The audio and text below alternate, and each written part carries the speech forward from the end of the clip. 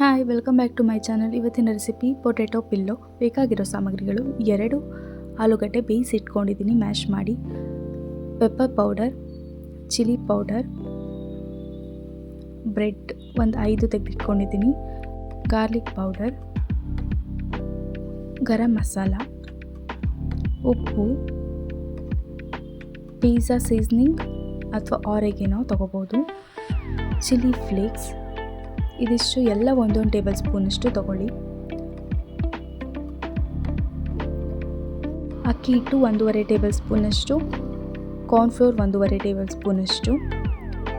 ಈಗ ಮಾಡೋದು ಹೇಗೆ ಅಂತ ನೋಡೋಣ.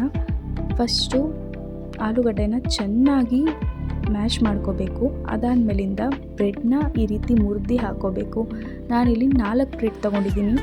ಸ್ಟಾರ್ಟಿಂಗ್ 5 ತೋರಿಸಿದೆ, ಆದರೆ 4 ಯೂಸ್ ಮಾಡಿದ್ದೀನಿ. ಈಗ ಎತ್ತಿಟ್ಕೊಂಡಿರೋ ಎಲ್ಲ ಮಸಾಲ ಪೌಡರ್ಸ್ ಹಾಕ್ಕೊಳ್ಳೋಣ.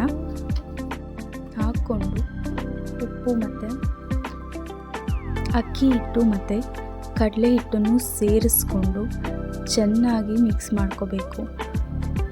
ಹಾಗೆ ಚಿಲ್ಲಿ ಫ್ಲೇಕ್ಸ್, ಆರೆಗಿನೋ ಅಥವಾ ಪಿಜ್ಜಾ ಸೀಸನಿಂಗ್ ಇದಿಷ್ಟನ್ನು ಹಾಕ್ಕೊಂಡು, ನನಗೆ ಈ ಬೌಲಲ್ಲಿ ಮಿಕ್ಸ್ ಮಾಡೋಕ್ಕಾಗ್ತಾ ಇರಲಿಲ್ಲ, ಸೊ ನಾನು ಬೇರೆ ಬೌಲ್ ತೊಗೊಂಡಿದ್ದೀನಿ. ಬೇರೆ ಬೌಲ್ಗೆ ಹಾಕ್ಕೊಂಡು ನಾನೀಗ ಚೆನ್ನಾಗಿ ಮಿಕ್ಸ್ ಮಾಡ್ಕೋತಾ ಇದ್ದೀನಿ. ಫುಲ್ಲು ಎಲ್ಲ ಮ್ಯಾಶ್ ಆಗಬೇಕು, ಅಂದರೆ ಚಪಾತಿ ಹಿಟ್ಟು ಅದಕ್ಕೆ ಬರಬೇಕು. ಅಲ್ಲಿವರೆಗೂ ನಾವು ಒಂದು 5 ನಿಮಿಷ ಆ ಥರ ಒಂದು ಸ್ವಲ್ಪ 1 ಟೇಬಲ್ ಸ್ಪೂನಷ್ಟು ಎಣ್ಣೆ ಹಾಕ್ಕೊಂಡು ಚೆನ್ನಾಗಿ ಕಲಿಸ್ಕೋಬೇಕು.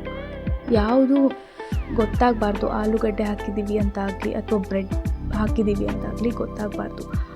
ಅಷ್ಟು ಕ್ಲೀನಾಗಿ ಹಿಟ್ಟಾಗಿರಬೇಕು. ಈಗ ನೋಡಿ, ರೌಂಡ್ ಮಾಡಿಕೊಂಡು ಈ ರೀತಿ ನಾನು ಮಾಡ್ಕೋತಾ ಇದ್ದೀನಿ. ಈ ಥರ ಎಲ್ಲದನ್ನೂ ಮಾಡಿ ತೆಗೆದಿಟ್ಕೊಂಡಾದ್ಮೇಲಿಂದ ಈ ರೀತಿ ಕಟ್ ಮಾಡಿಕೊಂಡು ಫೋಕಲ್ಲಿ ಈ ರೀತಿ ಪ್ರೆಸ್ ಮಾಡಿಕೊಂಡ್ರೆ ಆಯಿತು. ಇದು ಪಿಲ್ಲೋ ಶೇಪ್ ಬರುತ್ತೆ. ಇದೇ ರೀತಿ ನಾನು ಎಲ್ಲದನ್ನೂ ಮಾಡಿ ಇಟ್ಕೊಂಡಿದ್ದೀನಿ. ಈಗ ಎಣ್ಣೆ ಎಲ್ಲ ಕಾದಿತ್ತು. ಎಣ್ಣೆ ಕಾಯೋಕ್ಕೆ ನಾನು ಮೊದಲೇ ಇಟ್ಕೊಂಡಿದ್ದೆ. ಸೊ ನಾನು ಮಾಡಿಟ್ಕೊಂಡಿರೋ ಪೊಟೆಟೊ ಪಿಲ್ಲೋಸ್ನ ಹಾಕ್ಕೋತಾ ಇದ್ದೀನಿ. ಸ್ವಲ್ಪ ಎಣ್ಣೆ ಚೆನ್ನಾಗಿ ಕಾದಿರಬೇಕು, ಆವಾಗ ಹಾಕ್ಕೊಂಡ್ರೆ ಕೆಳಗಡೆ ಎಲ್ಲ ಅಂಟಲ್ಲ.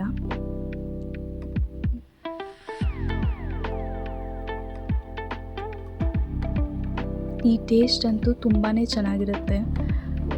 ನಾವು ಈಚೆ ಕಡೆ ತಿನ್ನೋದಕ್ಕಿಂತ ಮನೇಲೇ ಈ ರೀತಿ ಮಕ್ಳಿಗೆ ಮಾಡಿಕೊಟ್ರೆ ಅವ್ರಿಗೂ ಇಷ್ಟ ಆಗುತ್ತೆ. ಹಾಗೆ ಹೆಲ್ತಿ ಕೂಡ. ಒಂದ್ಸತಿ ಟ್ರೈ ಮಾಡಿ, ಹೇಗೆ ಬಂತಂತ ಕಮೆಂಟ್ ಮಾಡಿ. ಆವಾಗವಾಗ ಈ ರೀತಿ ತಿರುಗಿಸ್ಕೊತಾ ಇದ್ದೀನಿ. 2 ಸೈಡ್ ಗೋಲ್ಡನ್ ಕಲರ್ ಆಗಬೇಕು ಅಲ್ಲಿವರೆಗೂ, ಅಥವಾ ಕ್ರಿಸ್ಪಿ ಆಗಬೇಕು ಅಲ್ಲಿವರೆಗೂ ನಾವು ಚೆನ್ನಾಗಿ ಫ್ರೈ ಮಾಡ್ಕೋಬೇಕು ಇದನ್ನ. ಈಗ ನೋಡಿ, ಗೋಲ್ಡನ್ ಕಲರ್ ಬಂದಿದೆ.